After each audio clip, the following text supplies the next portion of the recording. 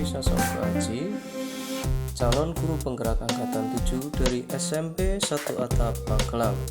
Baik, pada kesempatan kali ini saya akan memaparkan koneksi antar materi modul 2.1 tentang pembelajaran diferensiasi.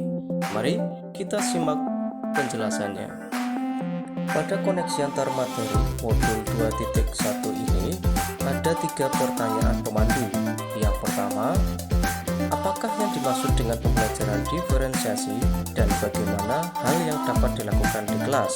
Yang kedua, bagaimana pembelajaran diferensiasi dapat memenuhi kebutuhan belajar murid dan membantu mencapai hasil belajar yang optimal? Dan yang ketiga, kaitan antara materi modul 2.1 dengan modul sebelumnya. Mari kita jabarkan dari pertanyaan yang pertama, apa yang dimaksud dengan pembelajaran diferensiasi? Pembelajaran diferensiasi menurut Tomlinson adalah usaha guru untuk menyesuaikan proses pembelajaran di kelas untuk memenuhi kebutuhan belajar individu murid. Dengan demikian, pembelajaran diferensiasi adalah serangkaian keputusan masuk akal yang dibuat oleh guru yang berorientasi kepada kebutuhan murid. Lalu, apa yang dapat kita terapkan di dalam kelas? Yang pertama adalah menentukan tujuan pembelajaran. Yang kedua, melakukan asesmen diagnostik guna melihat kebutuhan belajar siswa. Yang ketiga, merancang penerapan strategi diferensiasi, konsep, proses, dan produk. Yang keempat, melaksanakan pembelajaran diferensiasi di kelas. Yang kelima, melakukan penilaian sesuai dengan tujuan pembelajaran. Dan yang keenam adalah melakukan refleksi dan evaluasi pembelajaran. Selanjutnya, pertanyaan yang kedua, bagaimanakah pembelajaran diferensiasi dapat memenuhi kebutuhan belajar murid dan membantu mencapai hasil belajar yang optimal? Yang pertama, melaksanakan pemetaan kebutuhan murid yang meliputi 1. Kesiapan belajar murid, yaitu melihat dan menentukan kapasitas murid untuk mempelajari materi, konsep, atau keterampilan baru. Yang kedua, minat murid, yaitu guru memberikan pembelajaran yang sesuai dengan minat belajar murid. Dan tentunya yang ketiga adalah profil belajar murid, yaitu guru memberikan kesempatan kepada murid untuk belajar secara natural dan efisien.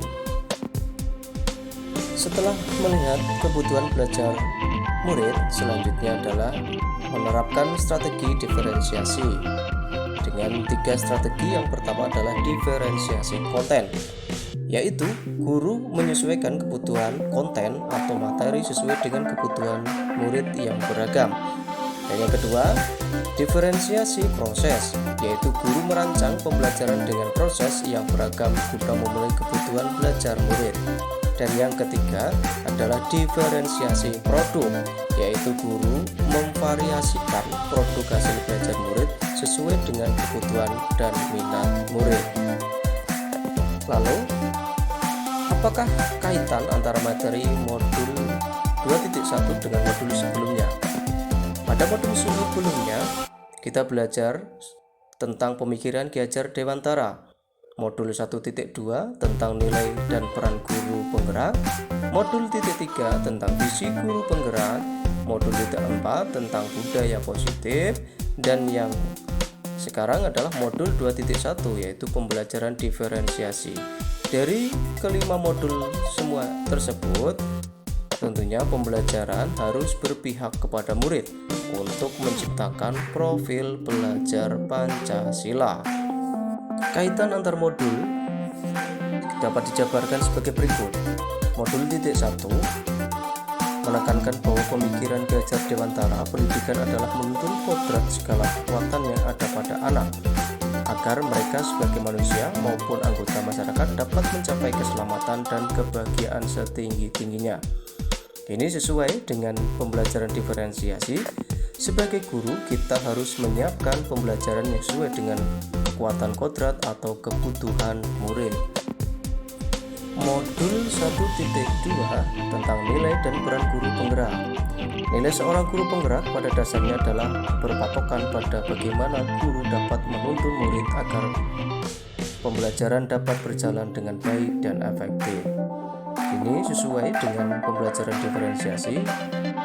Dengan pembelajaran yang memetakan kebutuhan murid dan strategi diferensiasi, guru dapat memenuhi kebutuhan murid dan mewujudkan pembelajaran yang berpihak kepada murid. Modul 1.3 tentang visi guru penggerak, di mana dalam modul ini, dalam perumusan visi guru penggerak menggunakan pendekatan inquiry apresiatif, di mana kekuatan positif dijadikan landasan awal dalam penentuan prakarsa perubahan yang dirumuskan dalam Bagja. Ini sesuai dengan pembelajaran diferensiasi. Dengan guru menerapkan pembelajaran diferensiasi, maka akan didapat data akurat mengenai kekuatan positif siswa dalam pembelajaran, maka dalam penerapan pembelajaran lebih efektif dan efisien. Kaitan modul 1.4 tentang budaya positif dengan modul 2.1 pembelajaran diferensiasi. Dalam budaya positif, guru bertindak sebagai manajer untuk membentuk budaya positif murid, di mana murid diberikan motivasi intrinsik dan merasa dihargai sehingga merasa menjadi anggota sekolah seutuhnya. Dalam hal ini, dalam pembelajaran diferensiasi dengan penerapan diferensiasi, guru memberikan penghargaan kepada murid sesuai dengan perbedaan dan kebutuhan belajar murid. Dari ketiga pertanyaan pemandu tersebut dapat disimpulkan bahwa pembelajaran diferensiasi sangat erat dengan kaitannya filosofi Ki Hajar Dewantara yang menuntun murid sesuai dengan kodratnya. Di dalam menuntun sesuai kodratnya, guru harus menerapkan nilai dan peran sebagai guru guna menentukan prakarsa perubahan yang akan dan akhirnya dapat membentuk budaya positif di sekolah. Dengan demikian, pembelajaran yang dihasilkan adalah pembelajaran yang berpihak kepada murid. Demikian tadi pemaparan koneksi antar materi modul 2.1 tentang pembelajaran diferensiasi. Bergeraklah walau satu langkah, rubahlah walau sebiji gabah. Terima kasih. Wabillahi taufiq wal hidayah. Assalamualaikum warahmatullahi wabarakatuh.